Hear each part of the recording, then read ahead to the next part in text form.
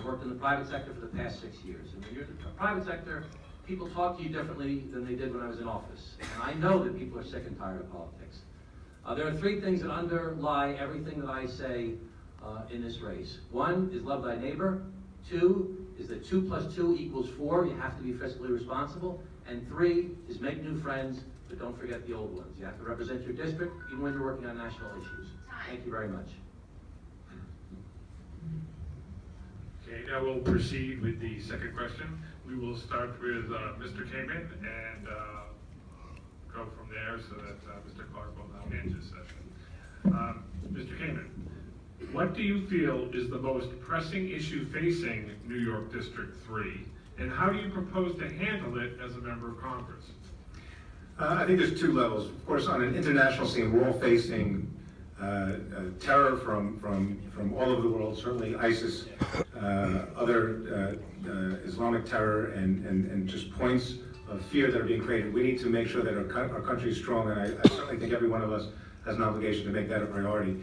Locally, we need to make sure the economy works. People who are living in New York need to know that their infrastructure, their roads, their bus systems, their transportation hubs are being properly invested in. We need to make sure that the water is clean, that there's enough of an investment coming from Washington so that the local folks don't have the whole burden put on them.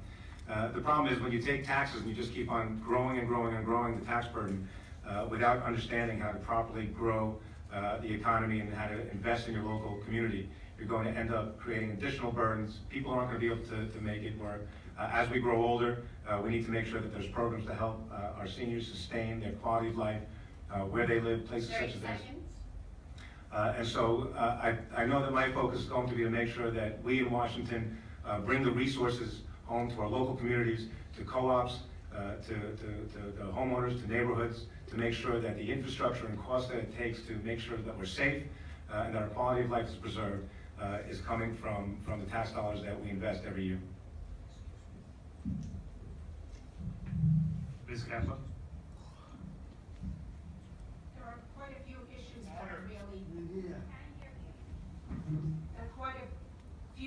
that are really very important to all of us.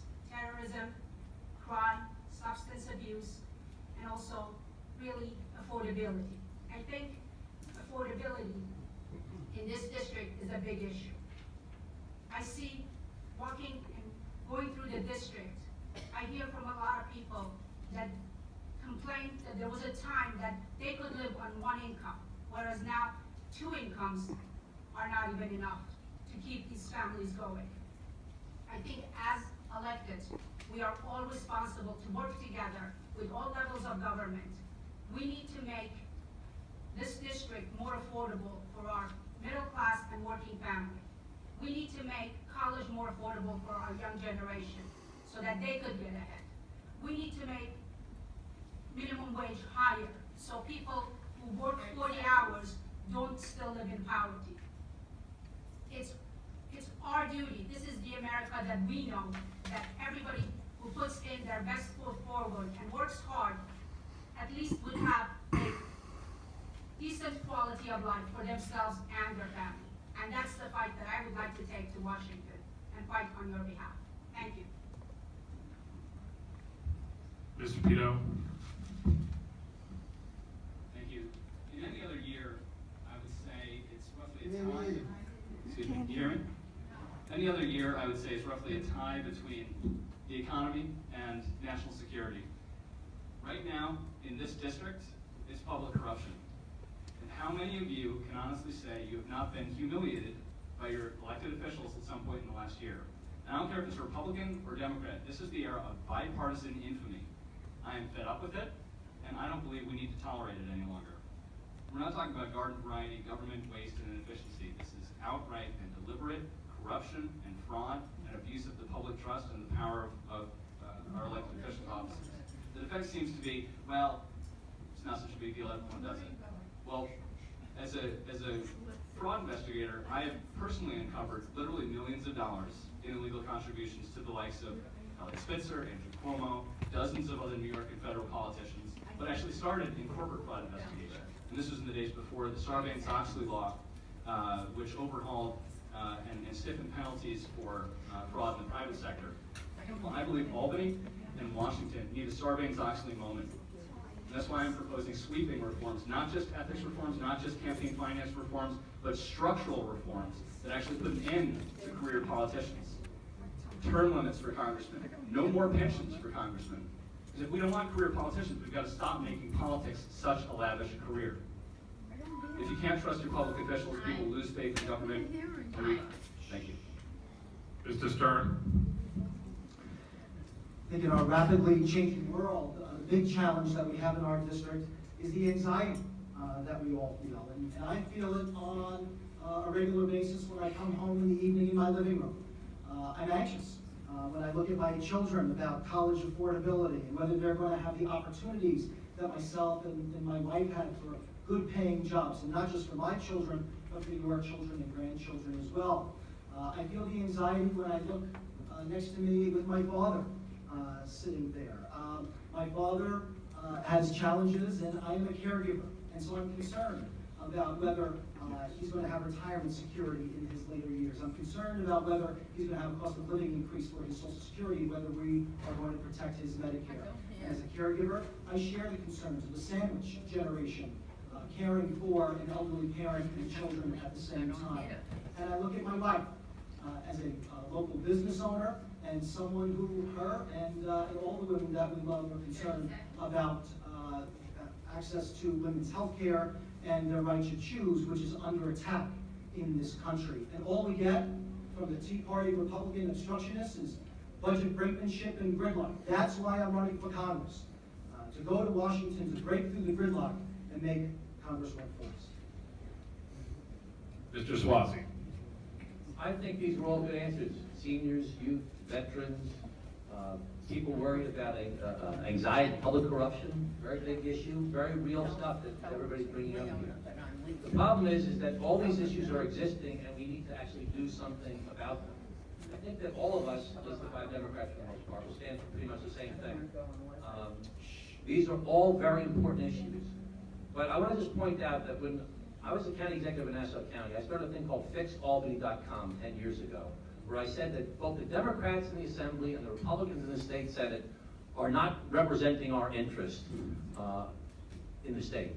And I was disinvited from the Democratic National Convention. I ended up going anyway. I've been going since 1988 because I stood up to my own party in the process to try and change things that was related to what was called a Medicaid cap. It's a big issue in the budget battles now between the mayor and the governor again.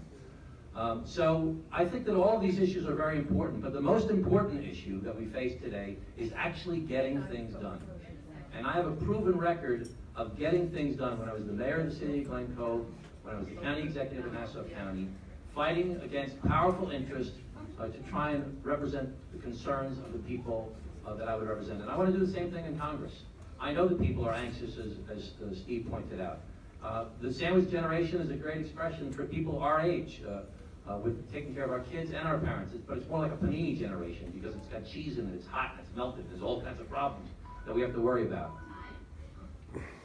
Mr. Clark? So I think the question was, what's the one single issue? You know, the problem is, though, if you're running for Congress, that you have to multitask and things are going to come at you fast and pretty furious. So you're going to have to deal with many things all at once. So, you know, climate change, income inequalities, all of these issues are of vital importance. But if you're going to choose one thing that, even though it's not more important than those issues, but touches every single one of those issues, I'd have to say it's campaign finance reform.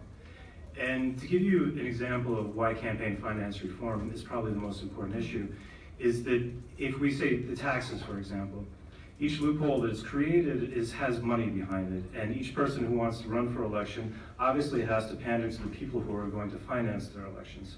So what we have to do is cut the tie between the money that are pushing the legislation and the money that's backing the candidates. So if we want to get anything that's progressive through, we're going to have to start with campaign finance reform. And as Mr. Swazi said, I think that the most important thing is to get something done. So I would encourage everyone on this panel right now to enter the People's Pledge with me, which would be an agreement between all the candidates limiting third-party spending and agreeing not to use super PACs in their campaigns. we can do this today. We can actually get something done before we even leave this room. Does anybody for that? Okay, I guess not. Maybe it's the way you presented it, maybe you didn't understand the issue, maybe you didn't write down and include everybody in some type of articulation of what you're actually talking about. Maybe that would be the way. Actually, I did. I sent an email to all the candidates requesting that they enter an agreement. Please.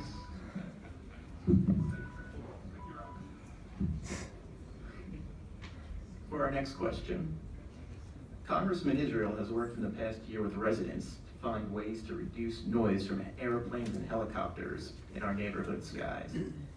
As the candidates, what would your plan be for continuing this effort, if you in fact do plan to continue Congressman Steve Israel's efforts to reduce air pollution in the skies? And we'll start with Ms. Gaff.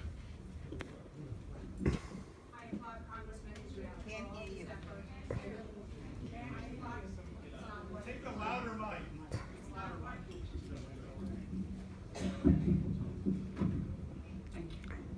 I applaud Congressman Israel's efforts in making this. I know he has pushed for with FAA to try to reduce the noise pollution decibel from 65 to 55. I would join in that. There are other things that we can do. We could also stand strong against FAA trying to change the pattern of the flights going in and coming in without the input of the community and also an environmental study. I also believe it's very important to keep this dialogue with all the residents who are affected by this. This is really talking about the quality of life for the people who live around LaGuardia and this area. You have my word that I will work with the FAA and try to make every possibility to reduce those noises. And we could also go further and put more noise monitors, but it's not just enough to put the noise monitors. We need to look at those monitors and make sure that everyone is abiding by those noise monitors. Thank you.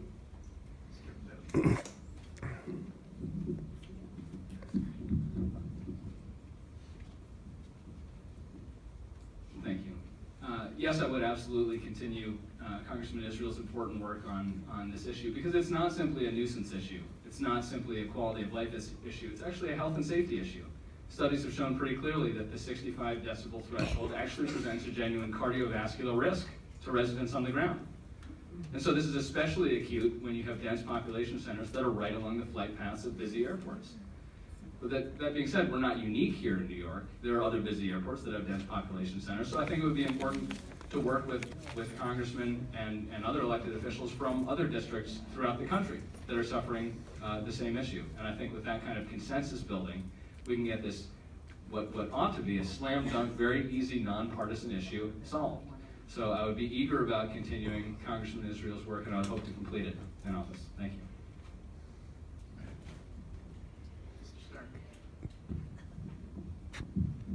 Yes, I will also continue the work of Steve Israel.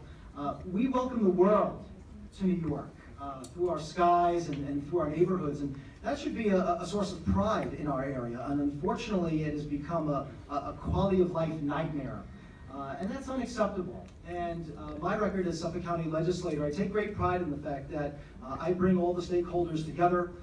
We talk about our concerns and we find solutions and we get things done. That's a record that I'm very proud of. I look forward to becoming not just a member but a leader in the Quiet Skies Caucus in Washington, where we continue to work on solutions like soundproofing, like more monitors, particularly in our local schools and adjustment of decibel levels. But most importantly, it's about pushing the FAA to come to the table and play a much more important role in working with area residents, talking about the challenges, talking about the concerns, and finding solutions. There has been a deafening silence in response to the deafening noise over the skies of Queens and Nassau County, and that is unacceptable to all of us. And so I look forward to serving as your congressman to not only make sure that we push the FAA to come to the table and do what's right and meet with our stakeholders on an ongoing basis, but this is certainly an example of where we can make Congress work for us. You know, people are so frustrated with politics and politicians these days, and you know, we all want to do these good things. We all want to try and work to reduce the day-night average sound level from 65 to 55 decibels. Technology's there, funding would come from the FAA, you could get some money from passenger fees. We all want to make sure that they don't change the perimeter rule regarding what's going on at the airports and bringing more traffic into these areas. We all want to do those things. But to change anything, you need to have three elements. The first thing you need to have is the answer. So this is, on this question, it's pretty straightforward what some of the answers are. We've heard them from the people up here. The second thing you need is to have the guts to stand up to the status quo, because somebody wants to keep it the way it is. In this case, you have a very powerful interest in the airline industry and the airline lobby. You're going to spend a lot of money. That's with every issue. The reason people, when you say, why don't they just, why don't you just, there's some powerful interest that's trying to keep it the way it is now. And the third thing you need to have is the ability to actually win the fight, to navigate the system of the politics and the government and the press and bringing together the Democrats and the Republicans and getting people to forge a consensus to actually get something done. That's what I've done throughout my entire career. That's what I've done in the private sector. I would like to be your congressman so that I can take the skills that I've learned and use them on your behalf to actually solve problems to make people's lives better.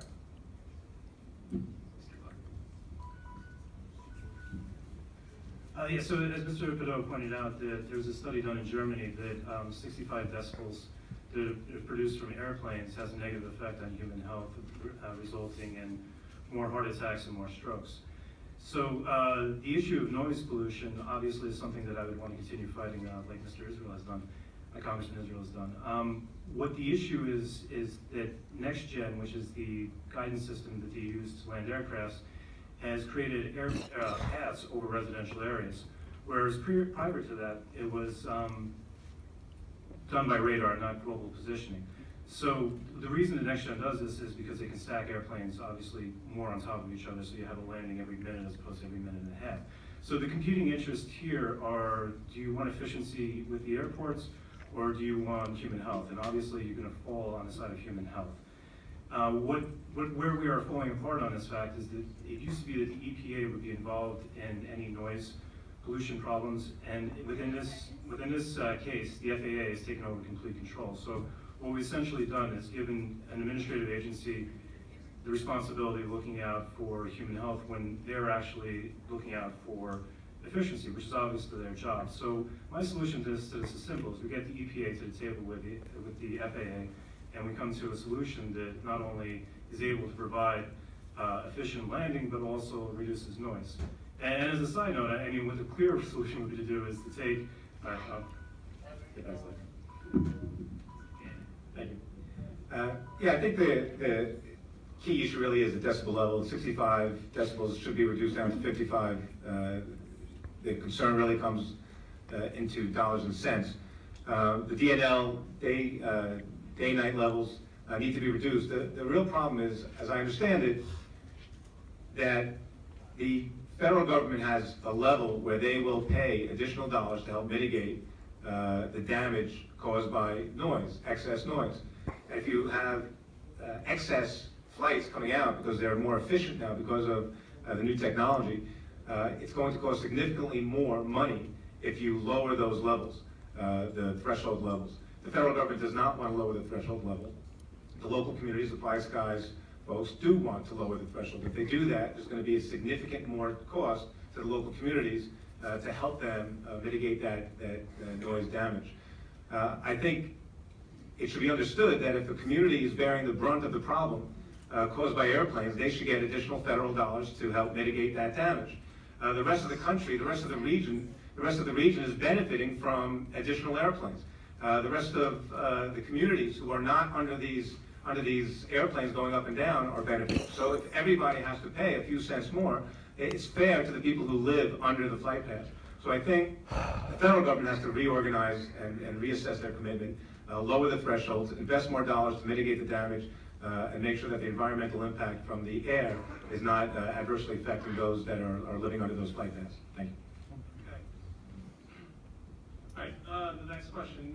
Many Queens residents, along with their fellow Americans, believe their income tax burdens are out of control. What do you plan to do to address taxes in Washington, and also would you consider increasing or decreasing the estate tax? We start with Mr. Pt2. Well, taxes are completely out of control. Did you know that federal taxes are up more than 50% in the last 5 years? New Yorkers on average work until May 8th every year just to cover their tax bill. So we do not have a revenue problem in this country, we have a spending problem. Federal spending is up more than $1 trillion a year since Barack Obama took office. So on the topic of the estate tax, I would vote not only to lower it, but to end it, and to end all forms of double taxation as a matter of basic fairness. Look, the government does not need a second bite at the apple. The first bite is big enough. You work all your life to build a business and you want to leave it to your kids, and the government comes in and says, well, now that you've died, we're going to take another 40% of it. Countries around the world have been abolishing the estate tax, including Russia. I mean, do we really want to be to the left of the Marxists on this issue? I am the only candidate in this race that has signed a pledge not to raise your taxes in Washington. Mr. Stern? Yes, we need a middle-class tax cut. And I strongly support Steve Israel's plan to reform the tax code to reflect cost of living in an area. Regionally, it should play a role, in your ability to stretch a dollar should determine, at least play a significant role in determining the tax burden. I also support Hillary Clinton's plan to impose an exit tax on those companies that continue to ship U.S. jobs overseas. I also believe that we can pay for the middle-class tax cut by closing the loopholes, ending the subsidies for the special interests. I know that's something that we all agree, that oil companies and big corporate agriculture don't need the subsidies coming out of our paychecks. Now, everybody here, of course, is going to say that they support a tax cut. But I'm the only elected official on this stage that has actually kept my promise to hold the line on taxes for our middle-class families in Suffolk County. 10 years of no increase in local general fund property taxes. It's something I'm very proud of. As an elder law and estate planning attorney, I know well we are at a $5.5 million exemption for federal estate tax purposes. It produces about $19 billion a year. We can keep the estate tax, but I would have it directly targeted, one, to a caregiver tax credit, and two, to expand home care services for our most vulnerable in our communities so that they can remain in the homes that they love and not have to go to a nursing home, which is the ultimate loss of dignity and independence. Okay. Mr. Swazi? Let me say that I also support Hillary Clinton's plan and Steve Israel's plan regarding the cost of living adjustments related to income taxes, and I'm against federal income tax increases. New York State, and certainly the 3rd Congressional District, is a net donor to the federal government. We send a lot more money to the federal government than we get back. In fact, it turns out that most of the blue states in the United States of America are net donors to the federal government, and they give a lot more than they get back. And the red states, with the exception of Texas, are net takers from the federal government. So we're sending our money to the federal government, and that money is distributed to the other states in this country that are pretty much beating us by taking our residents away from us. But they're using the money when they get it to build new roads and new sewers and new bridges and new airports and new hospitals and new schools, and people are moving in and they're expanding, and we get the same money, but we don't get the same money, we get less money. We get the money back to fix our old roads and our old bridges and our old sewers and our old hospitals. So I'm opposed to that. I'm going to actually steal one of Steve Stern's ideas that he just said, the idea of using the estate tax revenues for a caregiver tax credit. That's an excellent idea. My dad's 95, my mom is 92. I'm worried about them all the time. Thank God that they have long-term health care insurance. Most people don't have it.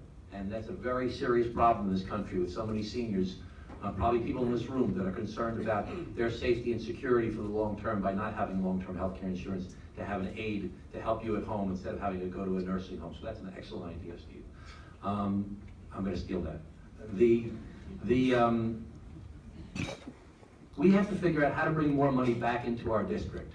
Bring money back that is our fair share. Mr. Clark? I think the way that we look at this issue is a little backwards. I'm not going to say that I'm going to cut your taxes, because I'm not. And it's not tax breaks that we need, but tax reform. Obviously, anybody who's done their taxes knows that it's overly complicated. The issue is not how much tax you pay, but for example, if we want good business here, it has to be transparent. As an attorney that works with a lot of small businesses, I know one of the most difficult things that you have to do is tax planning. And you spend more money sometimes paying attorneys and accountants planning for proper taxes. So my issue would be to reform the tax code so that it's more simple and conducive to businesses. But like I said before, in order to do this, you're going to have to get special interest out of the groups. It seems that the tax code is more geared towards moneyed interest and not geared towards small business. Now, taxes under what I would propose would actually go up for certain people, like hedge fund managers. I would absolutely abolish the carried interest loophole. What the carried interest loophole essentially allows hedge fund managers to have an income that's far below, that has an income that's taxed far below, say, a secretary that works within their office. So yes, taxes would go up under my proposals, and it would go up for hedge fund managers, basically. Furthermore, I do think the top 1/10 of 1% is not paying their fair share. So that is another group that would obviously be hit with this, because we do have a crumbling infrastructure, and the money has to come from someplace. And I think that people's reservation in paying taxes is the fact that they don't think that it's going to go towards good government. And if we have reformation in government, Okay, Mr. Kamen. Yes, thank you. I would support the cost of living adjustment as well. I would not support increasing the estate tax. I do believe ultimately, as others have mentioned, that much of our tax dollars is going out of the state and going to help fund other parts of the country. And we are a nation where we all contribute and theoretically we all benefit. But that means that more of those dollars have to come back. We have to make sure that some of those federal dollars are going into the schools so that our property taxes don't have to cover and fulfill that purpose. We have to make sure that the federal tax dollars are coming back and helping support our seniors. I don't know that I would tie the estate tax to seniors. I'm certainly very much a proponent of supporting our senior population. I've created programs such as Project Independence where we do just that. But if we can lower a tax, if we're going to take a piece of a tax and we could say we're going to target it to something, then we can actually lower that tax. What we really need to do is figure out where the money is best spent, how to make sure that it's not wasted, make sure that communities such as New York, and certainly ours in this area in Long Island, that are investing heavily through our property tax, or through our income taxes, we do property taxes as well, but make sure we're getting our fair share. So I think there needs to be an equity there. There needs to be adjustments. There needs to be an income tax credit for those who are who can't afford to even sustain their own quality of life or their own cost of living at the lowest levels. But we need to recognize that people at the higher levels, the mid and higher levels, are investing quite a bit into our country's economy. Thank you. Ms. Kaplan?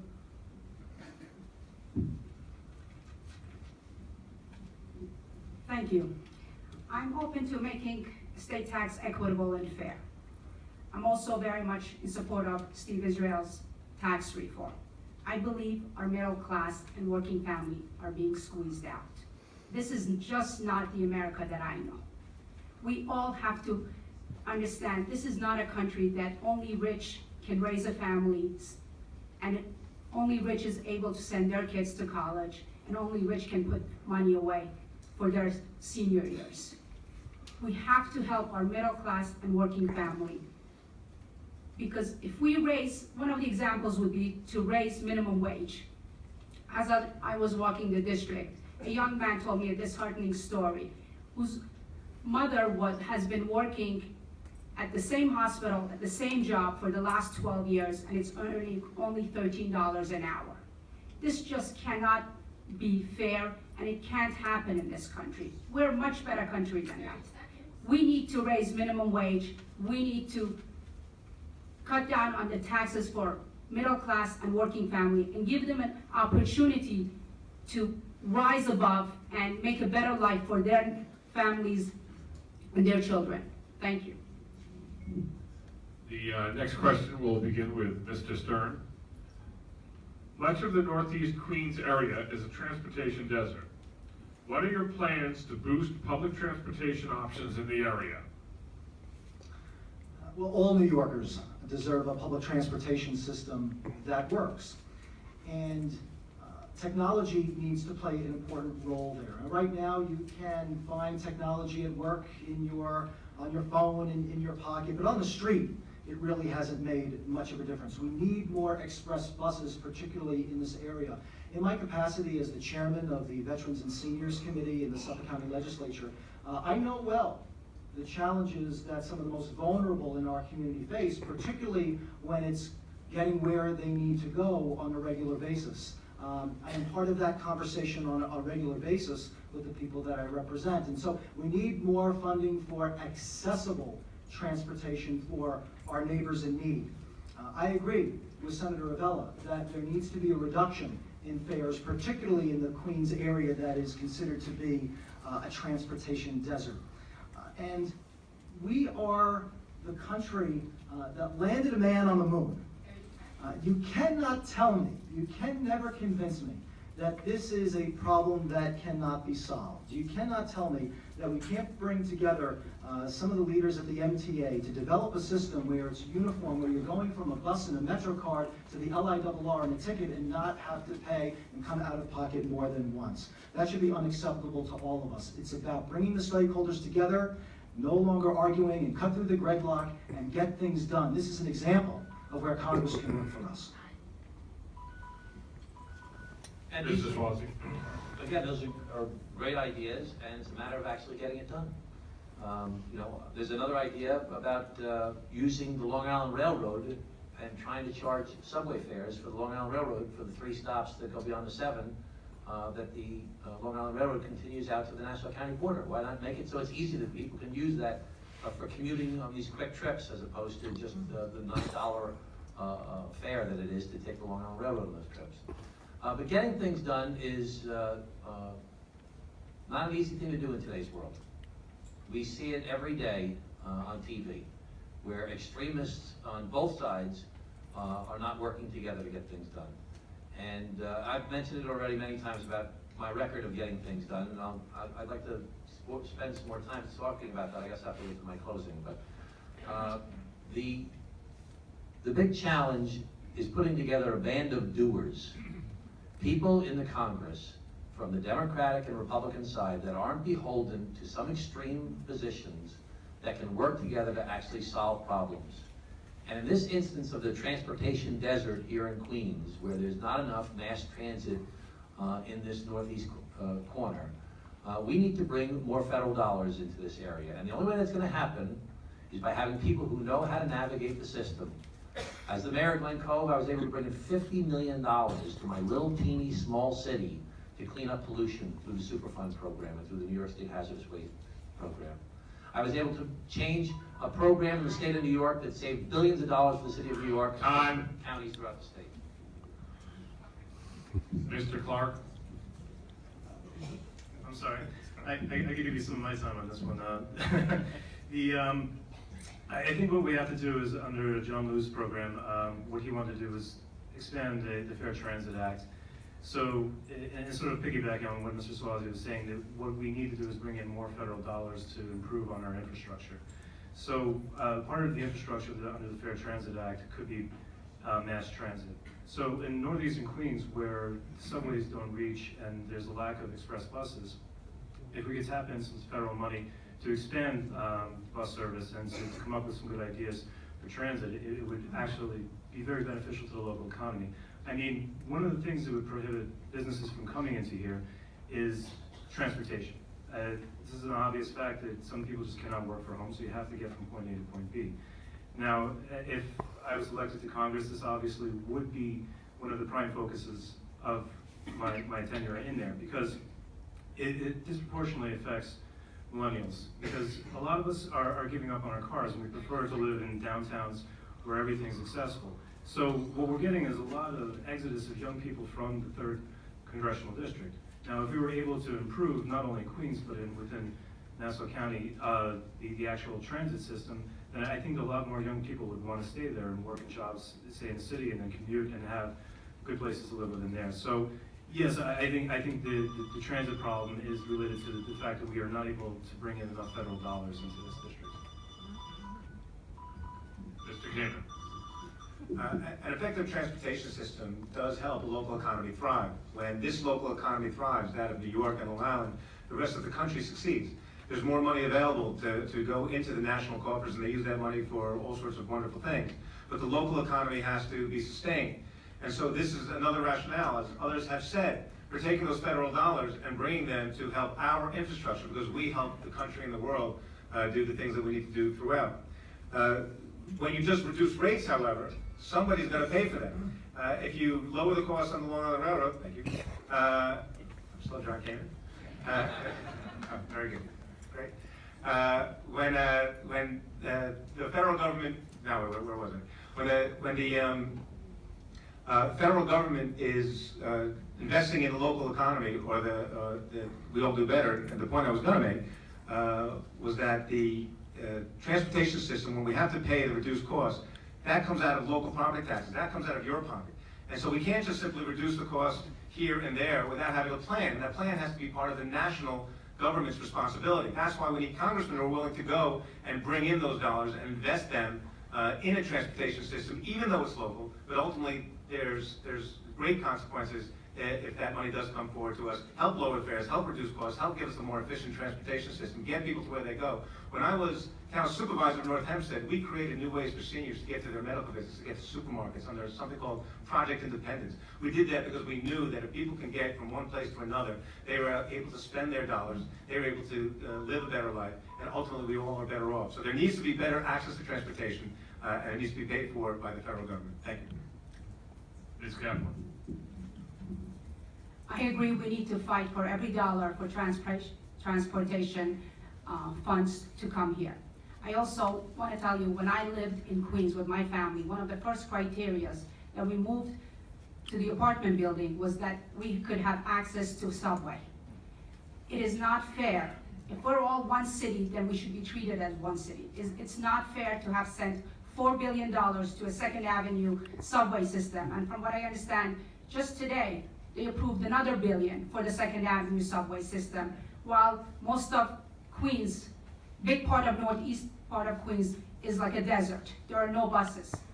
I applaud Congressman Israel for trying to put in more stops, get more express buses and local buses, and I really do believe we have to make a big effort in improving the QM5 and QM8 to Douglaston and that vicinity, because if people have a good public transportation, that would stop them from using their own private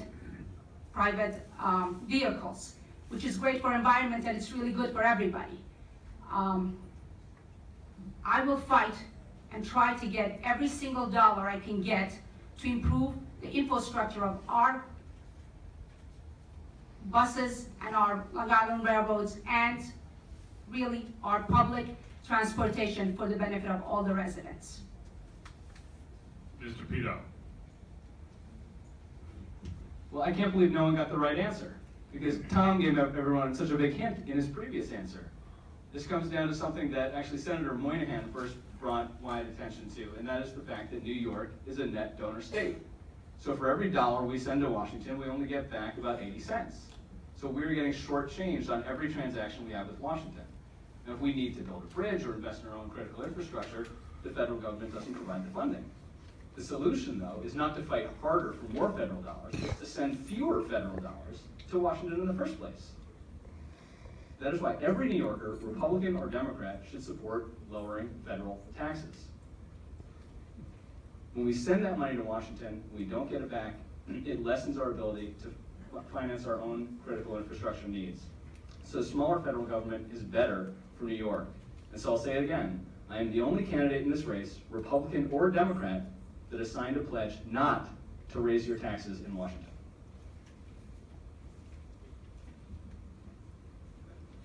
All right. For our next question, Mayor Bill de Blasio and Police Commissioner Bill Bratton recently blasted the White House for proposing a reduction in Homeland Security for New York City. As the candidates, do you believe the city has adequate Homeland Security funding? And if not, what would you do to convince Washington to allocate more money towards the NYPD? Mr. Swazi, you're up. Well, I join with the commissioner and the mayor in blasting the White House on this issue. I mean, it doesn't make any sense to cut Homeland Security funding in New York. It's absurd. Since September 11th of 2001, there have been over 20 terrorist attacks that the New York Police Department, working with the FBI, have managed to foil using money like that. When terrorists attack us, they're not attacking, let's get the Democrats or let's get the Republicans. They're trying to kill Americans. And this should not be a partisan issue, and New Yorkers have to be united in this, Democrats and Republicans, and quite frankly, everybody in the tri-state area, to make sure that we bring funding into this area, not only because of we deserve our fair share, and I disagree with Mr. Pt2's comments earlier about cutting federal funding, but I do not think we should increase the income taxes. But we need to bring more money into this area to fight terrorism. And if Peter King gets reelected, and if I'm elected as your congressman, I'll work with Peter King to fight for Homeland Security dollars being brought into this area, because this cannot be a partisan issue, and everybody's got to stick together, Democrats and Republicans, to bring money into New York to make sure that we're safe, because we're still the #1 target. I guarantee you that terrorists who think about hurting us in the United States of America still think about trying to blow up a dirty bomb somewhere in Times Square. That's their #1 plan. And we've managed to foil efforts to do that over the years by having that funding and working across government agencies. Mr. Clark.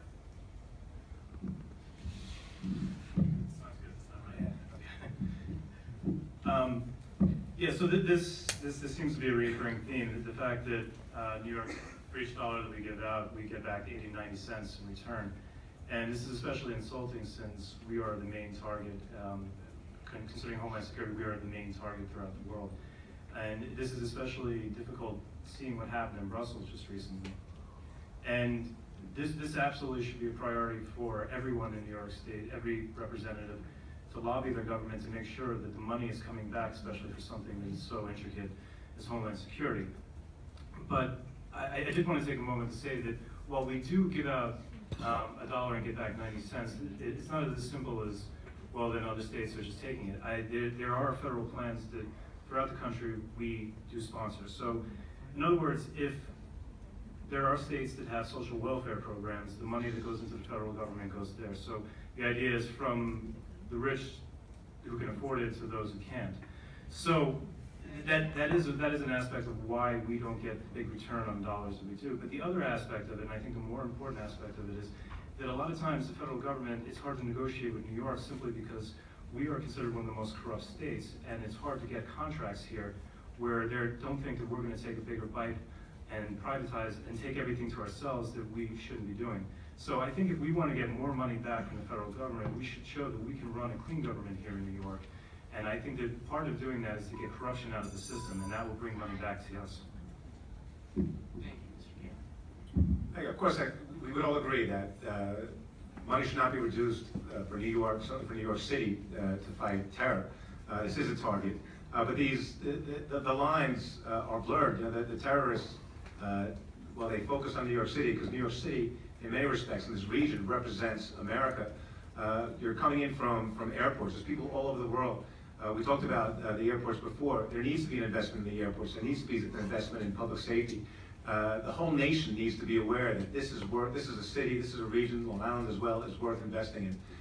And if any other issue supersedes safety, I can't think of it. So clearly, I, as a congressman, would fight to make sure that we keep dollars coming, that we invest additional dollars, that we use all levels of sophistication, that the New York Police Department, which does a great job, is actually able to share the information that they have with other parts of the country and clearly other parts of the world. Look what's going on all over the world. And so when we invest those dollars here, we could be saving people on the other side of the world, and that's a worthy investment. And I think everybody understands that on both sides of the political aisle, Republicans and Democrats, Peter King as well, as the Democrats who represent this area, will work together. I certainly, as your congressman, will do that as well. Thank you. Thank you, Ms. Kemp. I agree with Mayor de Blasio. It is just wrong. New York has been, it is, and will always be a target. Given what we see today with Brussels and with Paris, we need these funds more than any time, right now. To cut this budget from 181 million to 90 million is just not right. And we need to tell this, that White House has gotten this wrong. We need to stand very strongly and try to give and make sure we have the funds available to fight the terrorism attacks that might be in our foreseeable future. I think we need to even go one further step to make sure there's enough funding for our TSA and New York and New Jersey Port Authority. We need to show to terrorists that we are always ready and we will always fight back. To take away those funds, it's like saying, okay, nothing is gonna happen to us. We need to stand strong and try to bring back every single one of those dollars, especially right now with everything that's going on around us and in the whole world. Thank you. The funding is not sufficient. It's been slashed, and it's going to get people killed unless we fix it fast. Look, government wastes money on a lot of nonsensical things. Keeping us safe is not one of them. National security is one of the fairly few, in my opinion, appropriate functions of a federal government. And New York will know no greater, certainly no louder or more obnoxiously persistent advocate for counter-terror funding than me. The NYPD is more than a local police force. It has literally become an international intelligence agency whose counter-terror operations not only keep the people of New York safe, but keep the people of this country and the people of the world safe. It must be fully funded, and the reason it's not is familiar. It's because we waste hundreds of billions of dollars a year. So programs like the Urban Area Security Initiative aren't funded, and we are put needlessly at risk. Waste kills, and this time we woke up to that fact.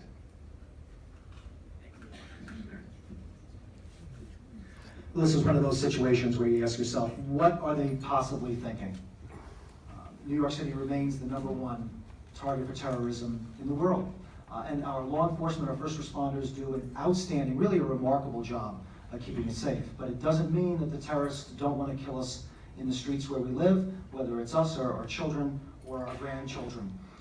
In New York City, we must have a counterterrorism and FBI surge and be very aggressive, particularly now in light of Paris, Brussels, San Bernardino, when copycat terrorists are at greatest risk. And so it's a consistent effort, it's a constant effort, and the question is, how do we get our fair share? How do we get the funding that we so desperately need? And a lot of it comes down to who your representative is, being able to cut through the gridlock and the politics and the grinding halt that is Washington, D.C., where Tea Party Republicans would rather shut down the government over Planned Parenthood than keep the focus and keep the fight on ISIS abroad and the terrorists here at home. Keeping us safe in New York City is absolutely not a Democrat or Republican ideal. It is a national ideal of the highest order, and it is a situation, it is an issue where we need Congress to work for all of us.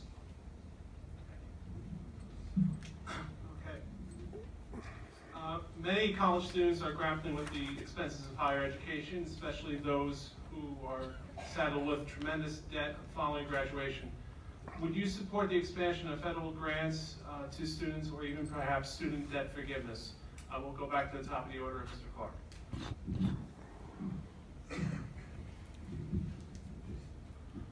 This question impacts me greatly. A little bit about myself. At 16 years old, I had to drop out of high school to support my father, who was a disabled veteran. And I worked full time. Eventually, I went to Nassau Community College and went on to CUNY, Hunter College, where I got a degree in philosophy. At that time, the tuition was only about $2,000. Now it's tripled to around $8,000, I think. Now, after law school, after undergraduate, I went to law school, and where I came out with equivalent to about a Ferrari's worth of debt of $200,000. So my first job out of law school wasn't even much better than just a general job that you would have gotten out of undergraduate, as far as earning goes. So trying to climb out of that mountain of debt that I was buried under was virtually impossible. And while I've done well, I've opened up my own firm, I'm getting to make money, and it's great, but I see other people that are in my peer group that they don't want to go into medical school, they don't want to become doctors, and they're afraid of taking on enormous loans. I see other people, not that there's too many lawyers as it is, but many people don't even want to go to law school in fears of having all this debt. So absolutely, we have, if we want an educated and we want an educated workforce that's going to be able to do great things for us in the coming future, we need to have debt relief for students. And this includes allowing students to refinance their loans. This includes encouraging grants to schools so that we can slash tuition rates in public schools. Thank you. Mr. Kamen? A lot of what we're talking about, we're running for Congress. The goal and discussion is what should the federal government be doing? And so we talk about how federal dollars should come back. And there are worthwhile reasons for us to pay our fair share of taxes so that we can invest in things such as public safety, but also in education. We need to do it in a way that makes sense, but we need to make sure that we do it. There's some nonsensical things, an 8% interest rate or 7% interest rate for college loans. It needs to be reduced. There's no reason to have an interest rate at all. There should be no interest loans for college students. We can have loan forgiveness. If somebody is making less than a certain amount of money, it can be, and some people have suggested that we should not, or we should forgive some portion of someone's college debt if they're working in the public sector. But it really should be, if somebody is making less than a certain amount of money after they come out of college, they should have some type of either delay or loan forgiveness so that they don't get burdened unduly. I do think, though, that we should invest in certain types of our public institutions. We can start with community colleges. Make community colleges cheaper, invest in them, make sure that they have the best resources so that they can give people the best chance of getting jobs, getting onto four-year colleges, and then getting jobs that are going to be able to pay the sufficient wages so that they can pay their debt. But if they don't, there needs to be some form of reduction in debt or loan forgiveness. That's a worthy investment for our nation because when people are educated, we all do better off. It grows the economy, it improves quality of life. Thank you. Ms. Kaplan? I agree that there were Pell Grants that were established, they just have not grown the way they should have grown. The same way that college tuition has grown. We need to invest and expand on our Pell Grants. We also need to take a look. I believe it's unconscionable that the big banks can borrow money at such low interest rates, but our children who want to go to college to improve their lives have to incur high interest rates. Something has to be done about that. Also, all the people who have gone through college and who are stuck with these huge loans, there are about 7 million people who are right now, they're in default of their college loans. We need to do something about this. We need to see how we can reduce those interest rates. Again, I was talking to another constituent who, by accident, won a lotto and wanted to go ahead and pay her student loan. And she was told she cannot repay her student loan. To me, that is just unconscionable. We need to work together to expand the Pell Grants and to reduce those interest rates for all the people who would like to borrow and for all the people who do have the loans. Thank you. Mr. Pt2? The cost of higher education is exploding, and for that you can thank government education policies. You know, I think Ronald Reagan was onto something when he said that the 9 most terrifying words in the English language are "I'm from the government and I'm here to help." Throwing more federal dollars at universities has done nothing to fix this problem. In fact, it's made it worse. And it proves that Washington did not learn the lessons of the financial crisis. After all, what happened when we were in the midst of a government-fueled mortgage bubble? We had housing prices rising until we had a system-wide collapse. Well, now we're in the midst of a government-fueled student loan bubble. And these are your tax dollars guaranteeing these massive and increasingly risky loans with no requirements that universities open up their books or become accountable for where that money is going and what they're doing to control costs. Now, on debt forgiveness, call me old-fashioned, but I believe if you take out a loan, you're responsible for repaying it. Our kids are graduating from their pricey colleges. The problem is that once they do, they can't find a job that enables them to pay those loans back. So the solution is growing the economy, not throwing more good money after bad. Mr. Stern? It's an issue I know well. When I graduated law school, I had over $100,000 in student loan debt that I needed to repay, and thankfully I was able to do that, but too many just don't have that ability. Over 1/3 of college loans are in default, and it is a $1.3 trillion problem in this country, which is the next big looming problem for our economy. But education is the engine that pulls all of us forward, and we all need to be committed to it. But too many of our students, too many of our graduates continue to have problems repaying their debt. And that's not just a problem for them personally, but it's an issue for all of us, because it's a continual drag on our national economy, because our young people with debt are not able to buy their cars or buy their homes or start a business. It has an impact on all of us. And so, as a county legislator, I take great pride in the fact that we have an outstanding community college system, and that needs to be supported here locally and across the country. The banks need to be out of the student loan business. It is the ultimate in giveaway to the special interests. We need to expand our government grants, and whether it is no interest, low interest, or flexible interest based on the facts and circumstances, there is great opportunity there to make sure that whether there are young people or others going back to school for continuing education and training or retraining, that they have every opportunity to succeed without the crushing burden of education debt. Thank you. Mrs. Swansea? College affordability is one of the big issues we face in our country today, because the more you learn, the more you earn.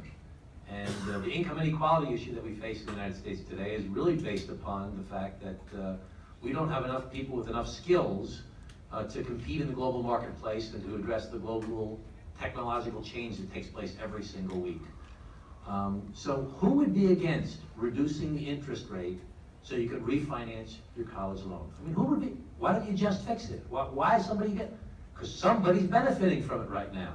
Somebody's making a lot of money off of it. This is the same issue that the co-op and condo boards face right now. You can't refinance your mortgage debt on your co-ops and condos because you're perceived to be a business instead of being a residence. Now, why could you not be able to refinance? It doesn't make any sense. It seems like an obvious thing, but there's a powerful interest that want things to stay the way they are because they benefit because of it. So you have to have an answer, then you have to have the guts to stand up to those folks, and then you have to be able to win the fight. So we're all in favor of reducing, I think, except for maybe Mr. Pt2, we're all in favor of reducing the interest rate on college loans. It's obvious that we would all be in favor of that. But powerful interests are blocking that effort. You have to know how government and business work. You have to be able to win the fight and navigate the system and take on those interests and beat them at their own game. That's what I've done throughout my career, and that's what I'd like to do on this issue as well as the others. We have time for one more question, and then we'll have our closing statements. And this one we will start, I believe, with Mr. Kamen. We are a nation of immigrants, and the nation is currently debating what to do with the 11 million undocumented people currently residing in the U.S. How do you propose handling those undocumented residents who are already here and those future generations of immigrants who have yet to come to America? I think we need to respect the fact that it's not an us versus them. There's people that are here, that they're human beings, they're contributing to our communities, they're leading productive lives. There are people who are not doing so, and we need to enforce our laws, and we need to have a very strict interpretation of how we keep ourselves safe. But the vast majority of people are, in fact, leading very productive lives, and they're contributing to the economy in ways that many of us don't even see. I believe in Senator Schumer's approach. I support the DREAM Act. I think we need to find a way to not destabilize our economy because there's some very loud voices pointing to other folks and saying that they're the enemy. On the other hand, we do need to have stronger borders. We are a nation of laws, so let's make sure that we are doing everything we can to protect our country in terms of how we enforce our laws at our borders. But let's also respect the fact that the people that are here are in fact people worthy of dignity and respect, and that there are bipartisan approaches to treating these folks as we want to treat all of ourselves and our own children, and that's with fairness and equity and justice. And that means giving people an opportunity to stay in this country if they've been paying into this country for a significant amount of time, if they are born here, and if there's relationships. The DREAM Act, I think, is a worthy endeavor to pursue, and I would support that.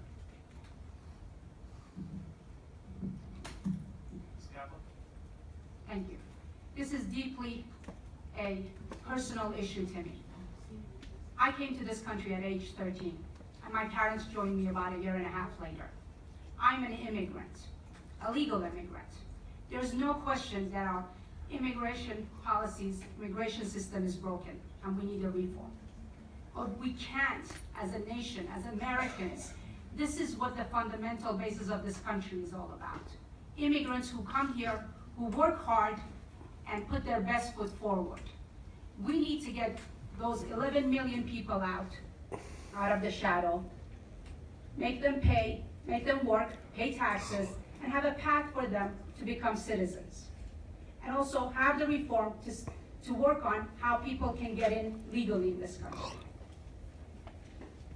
I will work with the Immigration Reform Act and try to establish that. But I think it's very important for these families to know that they can't just live in terror. And this should not be something that is only decided by who's occupying the White House.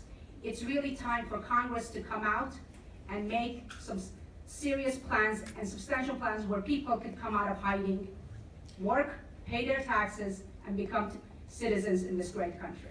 Thank you. Ms. Pt2. Well, we are a nation of immigrants, and we are a nation of laws, which is why we have traditionally been a country primarily of legal immigrants. We've tried amnesty multiple times. It's not only always failed, but it's always made the problem worse, because inevitably it invites yet more illegal immigration. And why has it failed? Because there's always been one missing ingredient, and that's border security. The attacks that many of these candidates have mentioned tonight in France, in Brussels, and elsewhere will not only continue in our homeland, but will become commonplace if we don't learn the lessons of those failed immigration policies. So the first step is border security, full stop. Once secure, I would support some opportunity for those who have been here for many years and/or have children who are citizens to go to the back of the line, pay fines, pay taxes, and come out of the shadows on reasonable terms. Mr. Stern. Well, we are a nation of immigrants, and my family story is probably the same or similar to most of the people here. The Stern family ran for their lives from the pogroms. They came here with family and little else in pursuit of the American dream. Opportunity, religious freedom, a safe neighborhood, opportunities for their children and their grandchildren. That American dream is very much still alive today. There's a reason why the U.S. Chamber of Commerce, the AFL-CIO, the Archdiocese, and my rabbi all support comprehensive immigration reform. And it's time to cut through the gridlock. It's time to stop the rhetoric and come together, Democrat, Republican, without all of the emotion, and develop a solution. And that's really what this is about, a solution that we all know needs to be achieved. I strongly support our border security, and whether that is personnel or technology, we are a nation of laws, and we all need to support strong border security. But ultimately, there is a solution, and that is making sure that the undocumented pay their back taxes, pay their fine, so that they can ultimately come out of the shadows. Mr. Swazi. I'm also a first-generation American. My father was born in Italy and came to the United States as a young boy. And, we've been fighting about this issue for 35 years. This, when a lot of El Salvadorians came to my hometown of Glen Cove back in the 1980s under President Reagan. This happened under Republican presidents, under Democratic presidents, that people have come to this country illegally. And we've been fighting about it back and forth for 35 years. Get those people out of here. We're living the American dream. Back and forth, back and forth. Another example of people talking but actually not getting anything done on these problems. America is based on some very fundamental principles, one of which is all men and women are created equal. Not all men and women with a green card are created equal, or all men and women with a passport are created equal, but all men and women are created equal. And this issue cannot be the excuse for racism that it's been used for over the years. Everybody has to be treated with human respect and dignity. I can tell you so many stories about mothers that have come up to me when I was an elected official crying about, Tommy, my son, went to school here, he went to college, he was number one in his class, and he wants to go to law enforcement, but now he can't get a job because he doesn't have the papers. Let's figure out a way to get these people legalized out of the shadows, because people join gangs when they're living underground. Get them legalized, make them pay their taxes, it will improve the economy, we'll save money on the enforcement in the process, and let's really do border security instead of the way we've been fighting about it for 35 years under Democrats and Republicans. Let's actually fix the problem and help these people and make this country better. Mr. Clark?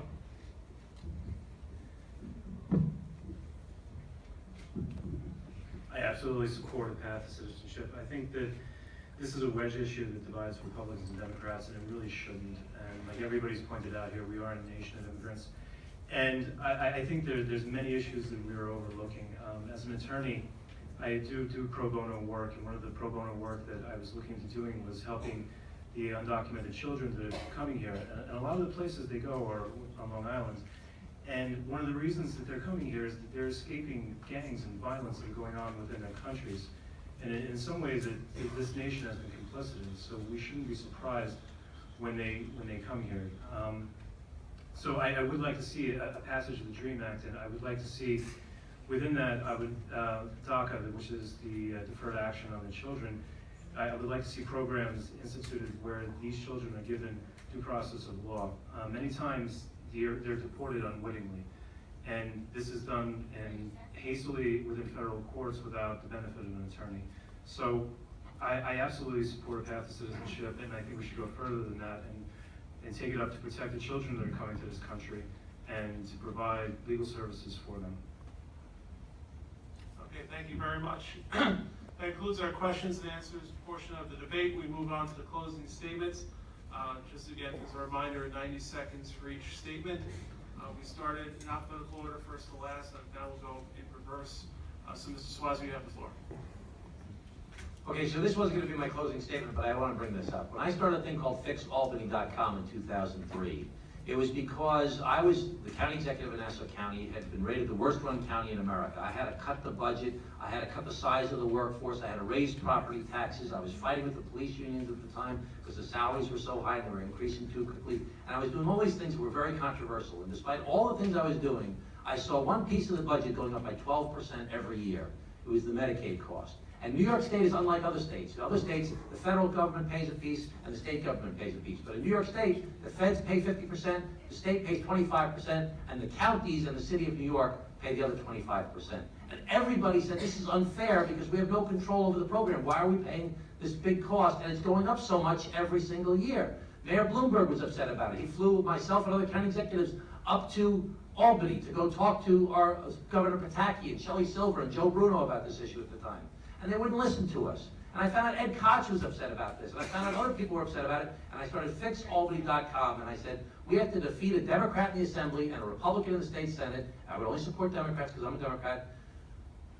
We have to defeat them until they start paying attention to us. And we succeeded. We defeated a Democrat in the Assembly and a Republican in the state Senate. My colleagues made me the president of the New York State County Executives Association. We did press conferences with the Republicans and Democrats, upstate and downstate.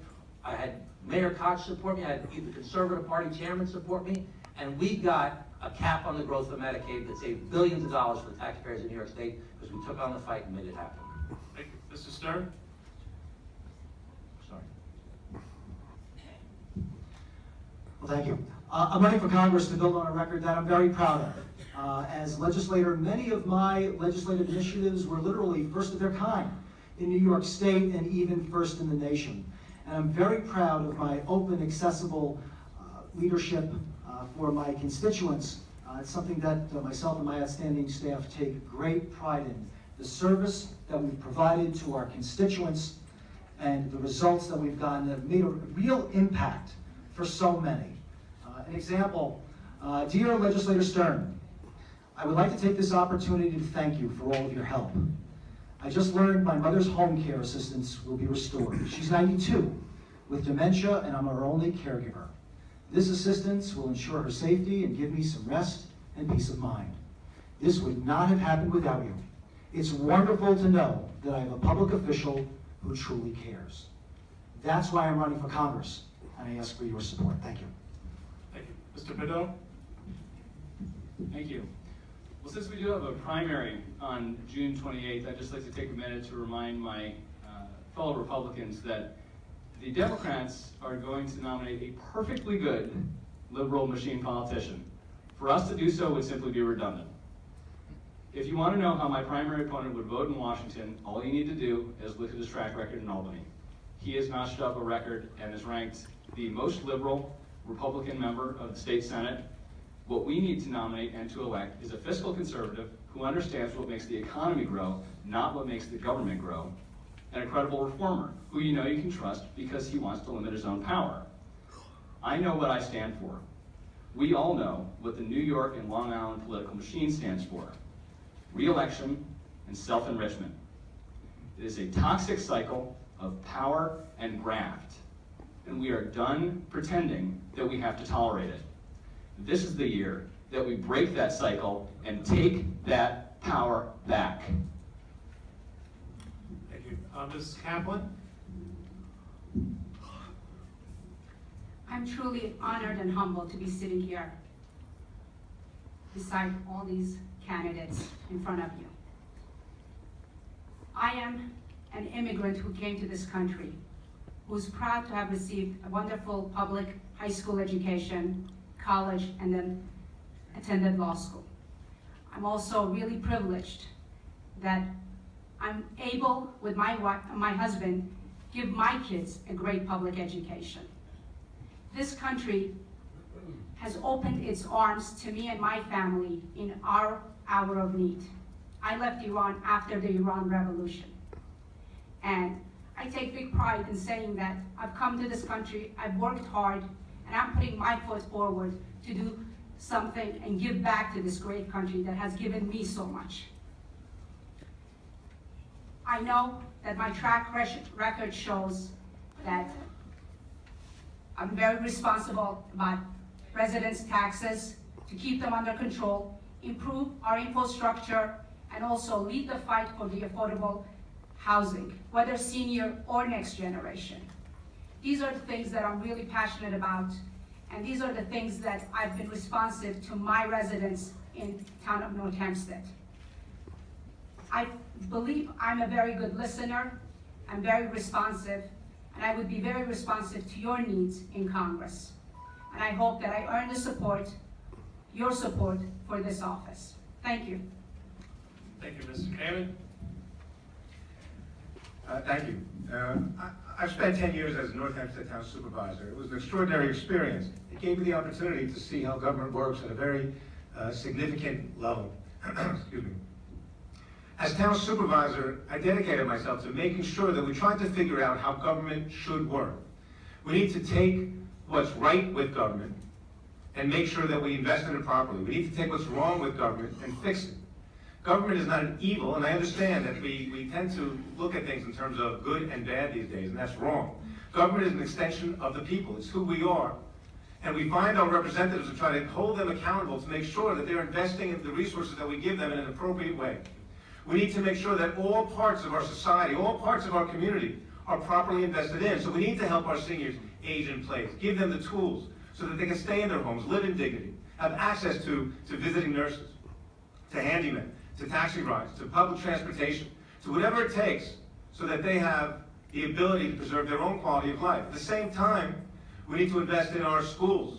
We spend so much money in taxes on our schools. We need to make sure that that money is not being wasted. And I've created program after program. The town of North Hempstead, while I was chief executive, was rated one of the top 100 best places to live in America. It was number 2 in the country for seniors and their retirement. There's so many other things that I think that I can do, that I've done as a town supervisor. I served as a judge. I worked in the state for storm recovery, and I've overseen NYFA, the Financial Control Board of Nassau County, which has one challenge after another. Nothing is easy. Running government is hard, and I hope you support me for Congress, because I think I could bring my talent to the national government. I hope you give me that chance. Thank you. Mr. Clark? You know, politicians love to put other people's money where their mouths are. And I think that the fundamental issue that we're all facing right now is just being tired of all the corruption. And I think that what we have to do is get campaign finance reform done. I would really like Mr. Pt2 to win the primary and me, because I think that in either case you would get somebody who's going to fight corruption, but then we could have a real true debate on what the meaning of government is. Now, he said earlier that, as Ronald Reagan said, the most scary thing you can hear is, I'm here from the government, I'm here to help you. Now, I think that comes from a fundamental problem that the government doesn't represent us any longer. And what a liberal wants is a government that helps people. And unfortunately, at this point, I agree with Mr. Bedell, the worst thing that you can hear at this point is, I'm from the government, I'm here to help you. But what I want is to have corruption taken out of the government so that the government can absolutely reflect your needs and your wants. So I think that once we do this, that we'll no longer be scared of the government, but the government will be us. It'll be a reflection of us. So I would really like to have a debate going further to discuss these issues of what the government can do for us, or even if the government isn't equal. I personally, I think that the government is there for us. And if you vote for me, I promise you that I will fight corruption and I'll make the government a reflection of what we need. Thank you very much.